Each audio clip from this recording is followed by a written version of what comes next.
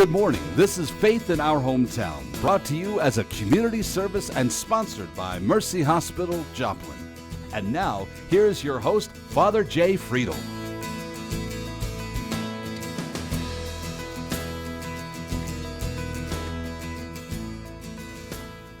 Good morning, and I hope you're having a great Sunday morning. Thanks for joining us again for another Sunday morning in Faith in Our Hometown. It's always good to be together to have conversations that really matter to us as people of faith or even goodwill here in the greater Joplin area. My guest this morning and our conversation this morning is going to be one of those things that probably is one of those unpleasant things to talk about, and that's the issue of human trafficking. There's probably more slavery at this point in the history of the human race than at any other point in time than we've ever had, just because of the amount of people that are involved in being trafficked by other people. And so we're going to be talking about that this morning with my guest, Karolyn Schlage. And Karolyn is a good friend and has been doing some great work in ministering to people who have been trafficked here in our own area. It's one of those things that we like to think doesn't happen right here in our own place, but it does. So we're going to be right back after this Mercy Minute. Don't go away. We're going to talk about this morning about the unpleasant subject of human trafficking.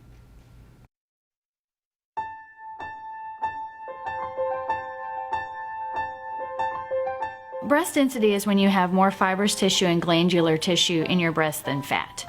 And so we are hearing more about dense breasts because, number one, it's a law that we tell women that they have dense breasts. We've known about dense breasts in the medical community for many years.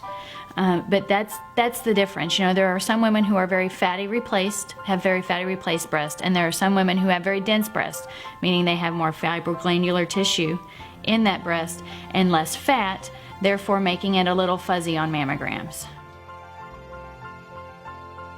So women with dense breasts have a modestly increased risk for breast cancer. However, it's not substantially increased. We have to just be more vigilant.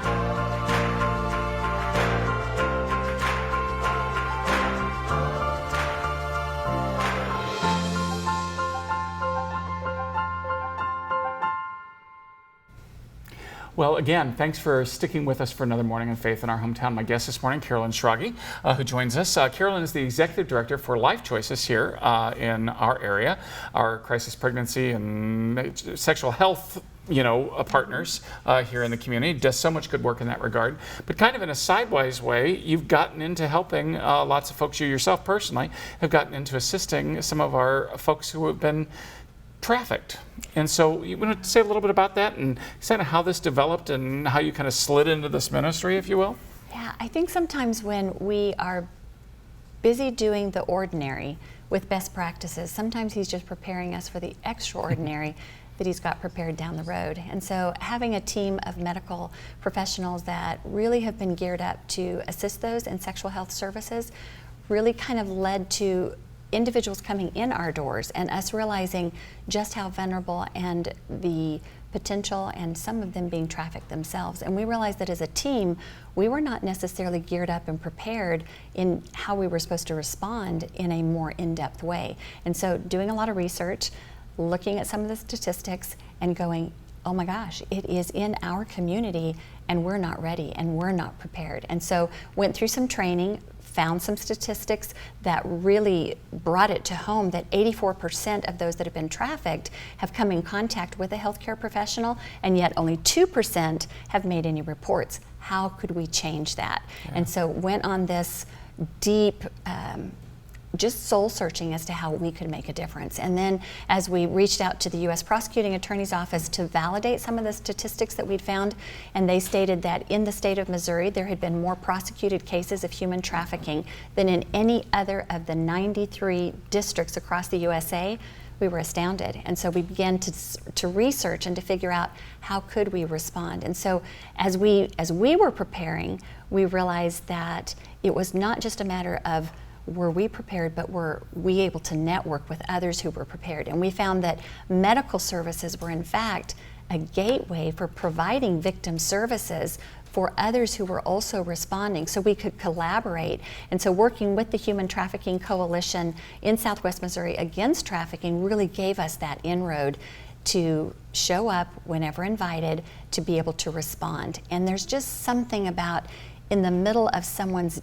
deepest shock and trauma, when there's that compassion that's fueled by passion, that allows them to respond in a different way and to begin to feel safe enough to disclose and safe enough to get the services that maybe will help them to get out of that lifestyle. Well, because in so many ways, these people have been conditioned to mistrust everyone. Yes. And so that we wind up in a situation, and especially you and some of your teammates and some of these other folks who work on those front lines with folks who might be in this situation, that you provide enough of an opening for them to suddenly trust in the midst of all the mistrust is an amazing thing. So I mean, I pray for you all the time. Usually guys, number one, and guys like me are usually not the ones that are going to be able to open up those spaces because, I mean, unfortunately, many of the times the perpetrators, the people who are doing the trafficking, and so I'm never going to get the openings that you get, and so I pray for you and your team all the time because we've had some of these conversations, and I'm like, thank God somebody's in there doing these things and get those openings to say some of those things. Because none of us want to think about this happening here. Oh, not in Joplin. Oh, no, this couldn't happen to us. Not in Carthage, not in, Webb City, not in, Pittsburgh, Kansas. We don't think about those things. But yet the reality is the trafficking is going on more now than it's ever gone on and at any other point in the history of the world because we've just found more ways to be mean and disvalue people, I think. And I think demand, unless we cut down on demand, it's going to be an ever-growing issue. And so there's so many different ways to get involved and so many different ways to change legislation and to teach our young boys how to be men of integrity and how to value all women so that there's not that objectification or that desire to be mean. And how do we teach that and instill that in our churches and in our schools? And so that's part of the reason why with our school system that we provide for 16 school districts, that we now have 2 days of our 10-day program that is dedicated to cybercrime safety and to the human trafficking and the grooming issues, so that we really are teaching our kids how to be better prepared, teaching parents how to understand the importance of knowing what's on their children's phone and to be responsible in assisting in those ways. And I think that's, I love that even though it takes a community to change a culture, if we're all willing to explore what those are, we can make a difference. And we are so blessed in the Joplin community that we have law enforcement that are choosing to take a stand, and often it's at their invitation that we come in to provide the services because they're beginning to see the value of having a victim-centered approach. Yeah. And I mean, so say a little bit about that, because I mean, I think sometimes, I think we talk about things that we've talked about that, sometimes our viewers had never thought about. So we had a lot of grandmas, grandpas, folks like that watching the show this morning. Many times they're the ones that are up at 6:30 in the morning, So, and if you're watching at 9, why aren't you in church? No, I'm just kidding. But in that context, so what's an entry point? How do people get into this, to this point where they start preying on our kids? I think a lot of it is through the cell phone, it is through internet, it is through social media, and they choose to look at those that seem to be most vulnerable, and maybe the self-esteem is not at the highest level, and they'll look on Facebook and they'll find those that seem to maybe lack some of the confidence and begin to prey on them. Or they'll begin to have other girls in a school recruit other girls so that they're bringing them into meet the demands. And it becomes this predatory grooming kind of aspect. Working with the Cybercrimes Task Force here, we've learned a lot about how they do that through apps and through different posing as someone when they are not that person. Oh, yeah. And having so many fake aliases and just choosing to build this person up only to then woo them into the sex trafficking industry. Yeah. It's interesting to me, because our kids think they are so cyber savvy. and they're really not as savvy as they think they are. Because I mean, they're, when they've been, when sometimes, somebody points out to them, that, this person, all these responses, well, yeah, they seem like the responses of another teen or something like that.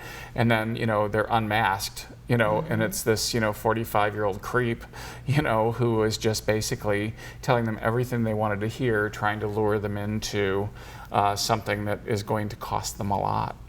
Yeah. And I think we can turn that tide. We can start to use social media and chat sites for good. So like in the cases where we've come in contact with some of these individuals that have been victimized by the system, we are now approaching and continuing to have relationships with them through social media, no matter where they go. So if it's a young Chinese immigrant that has been wooed into our country for the exploitation by men in our country against her, I still have the opportunity through the incredible aspect of social media to be able to have this ongoing relationship no matter where she goes. I can still communicate. So we can see the tool as really negative, or we can say, how do we turn it for good, and how do we use it? So I believe that turning it for good is something that we all need to be, all those who want to work on the side of good should be using, because it's here to stay. I mean, that is never going to disappear.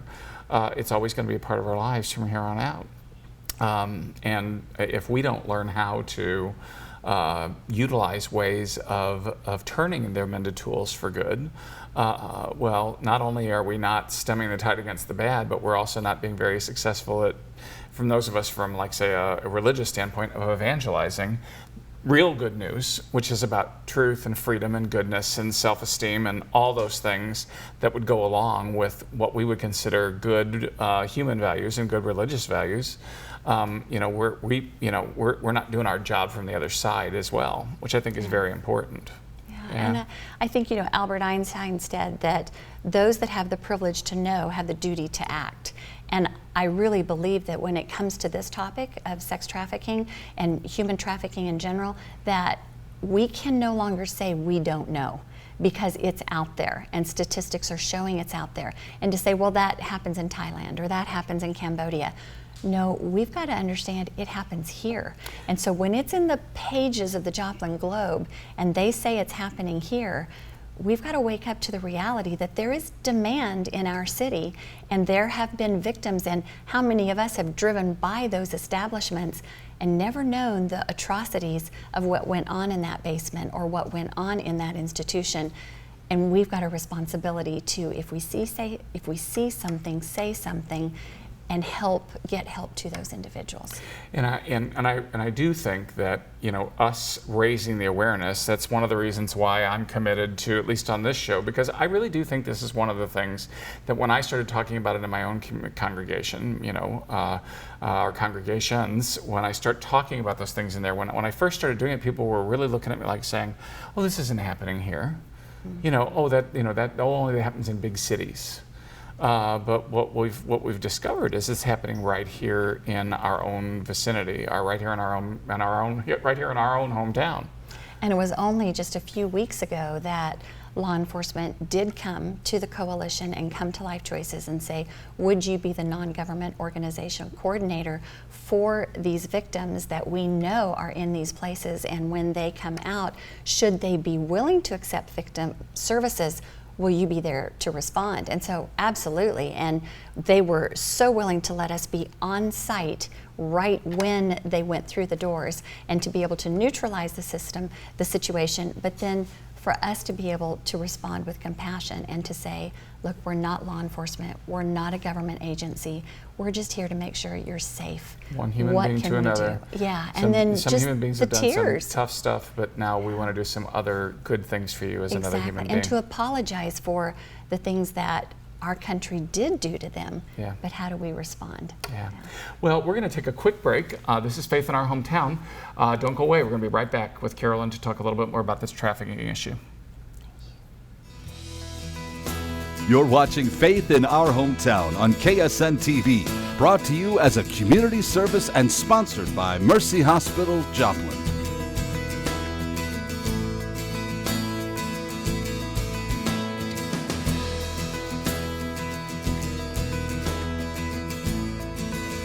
Again, thanks for being with us this morning for Faith in Our Hometown. My guest this morning, Karolyn Schlage, who's the Executive Director for Life Choices. But the issue we're talking about this morning is one that you kind of slid into sideways. And again, one of the things I love about Life Choices is basically you are just trying to support every person who walks in your door with knowing what their choices are and helping them to make good choices for themselves about their own health. And obviously you slid into the whole assisting with the trafficking thing because obviously these folks need some help. They need to be able to make choices for themselves about their own freedom, about their own ability to have some control over themselves and their bodies, and how to get themselves out of the clutches of some folks who would seek to do them harm or to treat them as less than human. And so you've responded, and so you're there. And so, I mean, again, somebody said, well, what are they doing that? But I just say to you, amen. And that puts you in the realm of so many of the people who do ministry that you start doing one thing, and then all of a sudden, God kind of pulls you in a different direction. Can't hold him in a box. God will defy our attempts to box him in, I'm sure. But the overlay between the two is very intense in that those that have been victimized by human trafficking, 77% have had an unplanned pregnancy, and 55% of them have had forced abortions. 67% have had a sexually transmitted infection because the very nature of this sexual slavery. And so what we're doing every day to respond to those, we're already prepared and postured to be able to respond in this very extraordinary way, to be there to provide the services, to provide the women's health care that they need in this most dire time, and to do it with a level of competency and professionalism.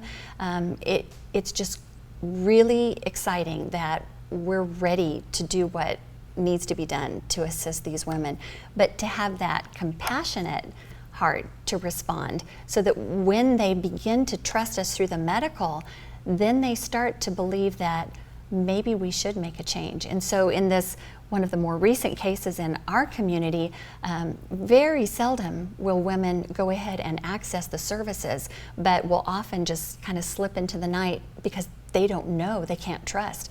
But we had 7 individuals that chose to get the additional victim services, come to a safe house, an undisclosed safe house, to receive clothing and food. And then our community came together to be able to make sure that they had everything they needed for that safe plan, to provide the airline tickets, to provide the transport so that we could get them into a safe place. And just before we started, my phone, I got a ding of a text, and it was one of these women saying, hey, what are you doing right now? We've maintained that contact because we care, and they can know that we care. So in that particular WeChat group, I get these constant messages that will say, how are the Joplin sisters? We're fine.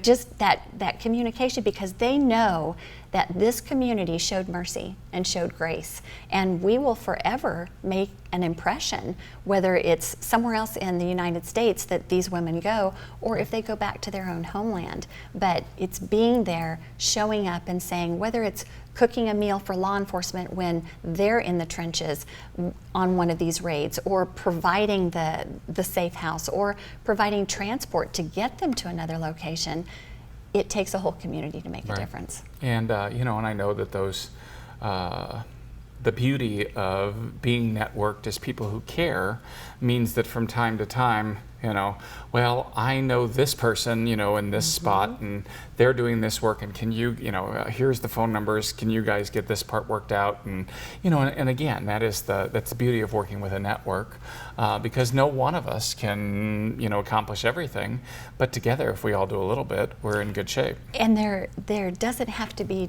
divisiveness in order to respond to just a human desire to want to protect others. And I think whether it is a voiceless victim that's in the womb, or it is a victim in a brothel, that's our responsibility to respond and to care about each one of these individuals, and to know that no one wakes up one morning and says, oh, I want to be prostituted, or no one wakes up one morning and says, you know, my desire in life is to be in the sexual exploitation field.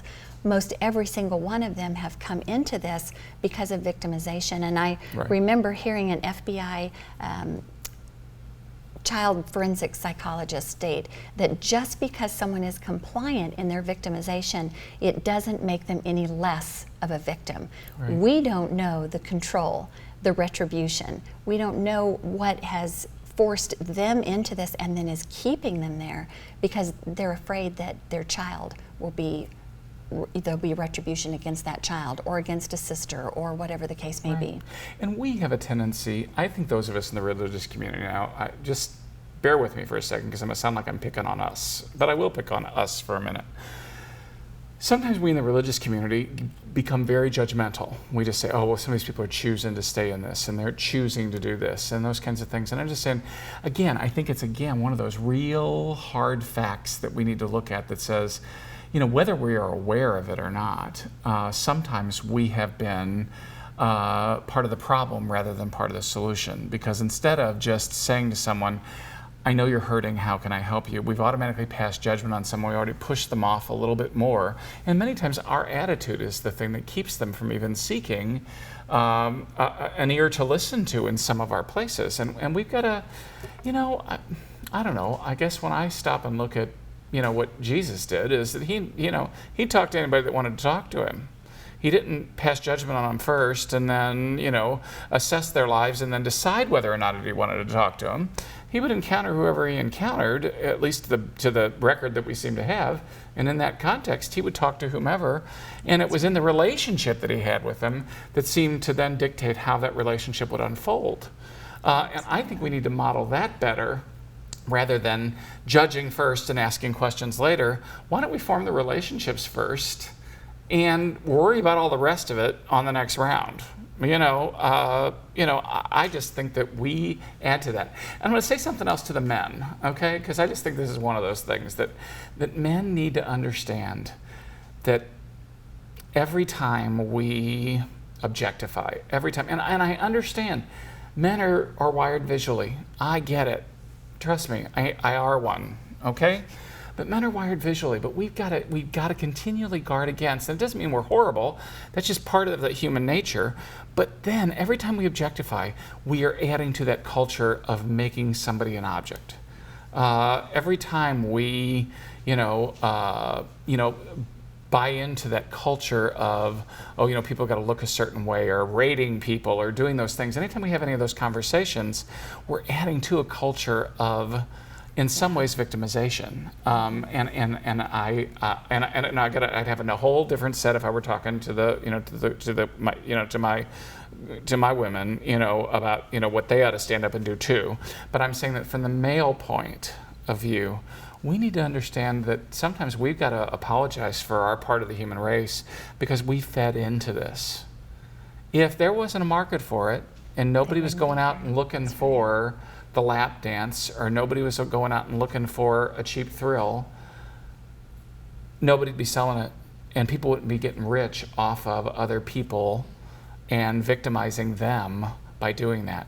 And sometimes when we are at our worst rather than at our best, and I'm talking to the male half of the human race here, we've aided and abetted that, and we need to look at our own role in that. Now, I'm not saying everybody's gone out and gotten a lap dancer. I'm not saying that everybody's gone out, and I don't want to make everybody mad this morning, but I am saying that men need to look at their own role in the way we've abated and abetted this in society.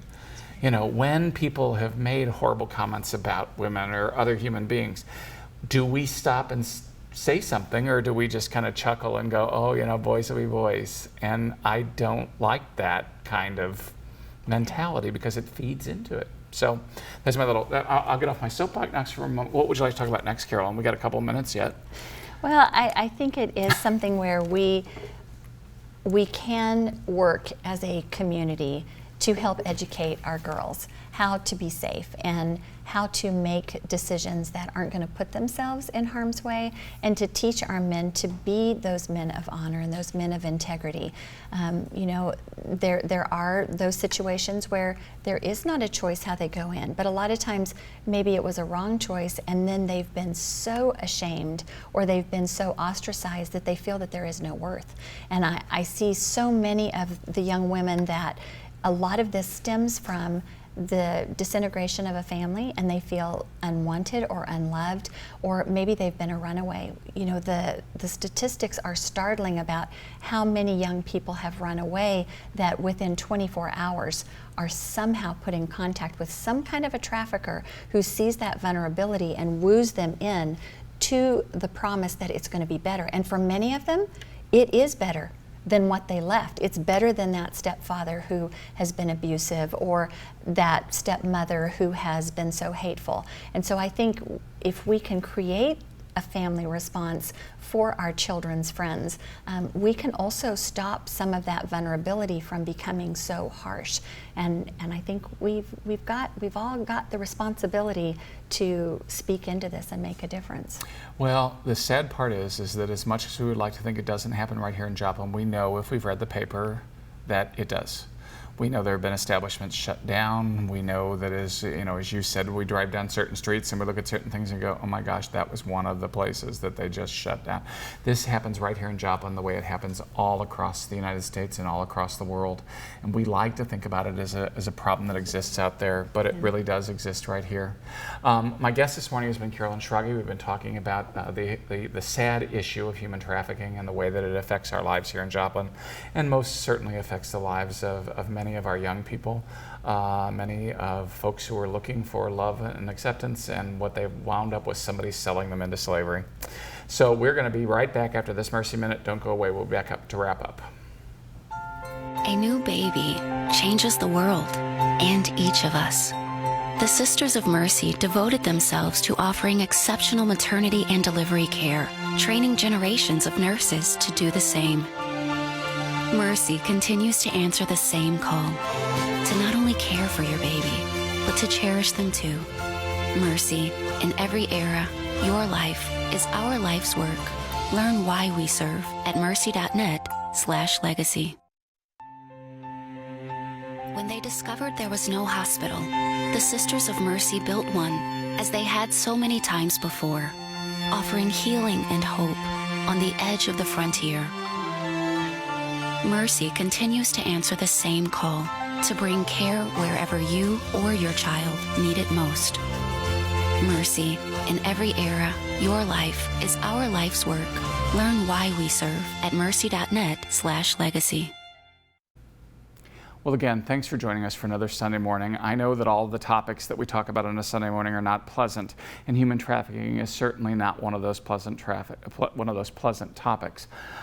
It occurs right here in our own community. People basically being bought and sold as objects rather than as real human beings. And we, as people who care, I think, have to continue to struggle to open our eyes to the reality that this exists among us, and that we've got to continually educate ourselves and push ourselves to notice what we need to notice right here in our own community. We need to work with our own kids to make sure that our kids are valued and that they know that they matter and that they are of worth. Because unless we do those things, more people are going to fall prey. We need to make sure we're not predators ourselves. Join us again next week for Faith in Our Hometown. God bless. Have a great Sunday.